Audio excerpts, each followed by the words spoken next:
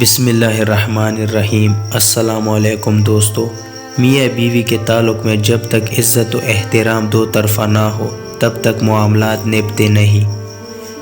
جو عورت اپنی خاوند کی اجازت کے بغیر گھر سے نکل جایا کرتی ہے وہ گھر آنے تک یا خاوند کے راضی ہونے تک اللہ تعالیٰ کی ناراضگی میں رہتی ہے۔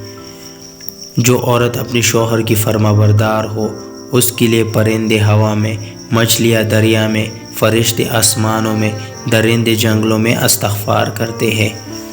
جب عورت اپنے خاوند کے سوا کسی غیر کے لیے زینت کرے تو وہ اس کے لیے آگ و عیب ہے۔ عورت کے لیے شوہر کو راضی کرنے سے بڑھ کر کوئی شفاعت نہیں۔ تم مردوں سے مقابلہ نہیں کیا کرو کیونکہ ان کو ایک درجہ اوپر میرے رب نے دیا ہے تاکہ وہ تمہاری حفاظت کر سکے، نہ کہ اس لیے کہ تم ان کی برابری کرو۔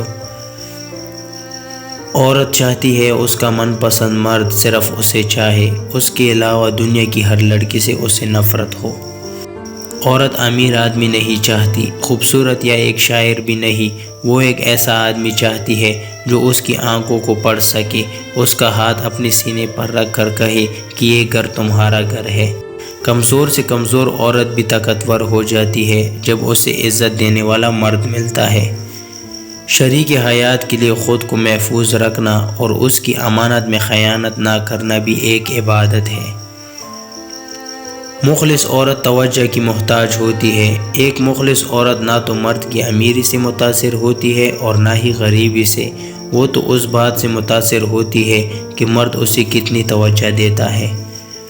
لوگ کہتے ہیں شریف لڑکیاں تو گھر پہ رہتی ہے، میں کہتا ہوں شریف لڑکیاں جہاں بھی رہے شریف ہی رہتی ہے۔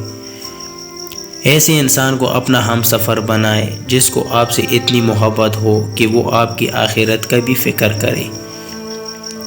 مرد وہ ہوتا ہے جو غصے میں بھی عورت سے بات کرنے کی تمیز نہ بھولے۔ عورت رو سکتی ہے مگر دلیلیں پیش نہیں کر سکتی، اس کا سب سے بڑا ثبوت اس کی آنکھوں سے چھلکتا ہوا ایک آنسو ہے۔ کسی عورت کو اتنا مجبور مت کرو کہ وہ تمہاری طرف سے سخت ہو جائے، کیونکہ عورت محبت میں جنت اور نفرت میں جہنم دکھا سکتی ہے۔ عورت شک کبھی نہیں کرتی مگر بس پوچھتی رہتی ہے، وہ بس ڈرتی ہے دوسری عورتوں سے، شراکت سے، وہ محبت پوری چاہتی ہے۔ عورت کو مرد مکمل چاہیے ہوتا ہے اور بہت لکی ہے وہ مرد جسے ایسی عورت ملتی ہے۔ عورت کی فطرت ہے کہ وہ گھر کی خاطر بہت سی قربانیاں دیتی ہے، کڑوی باتیں اور تلخ رویے تک سہ جاتی ہے، مگر جب اس کا ہم سفر ہی اس کو نظر انداز کر دے تو وہ اندر سے ٹوٹ جاتی ہے۔ عورت کا حوصلہ اس کا شریک حیات ہی ہوتا ہے۔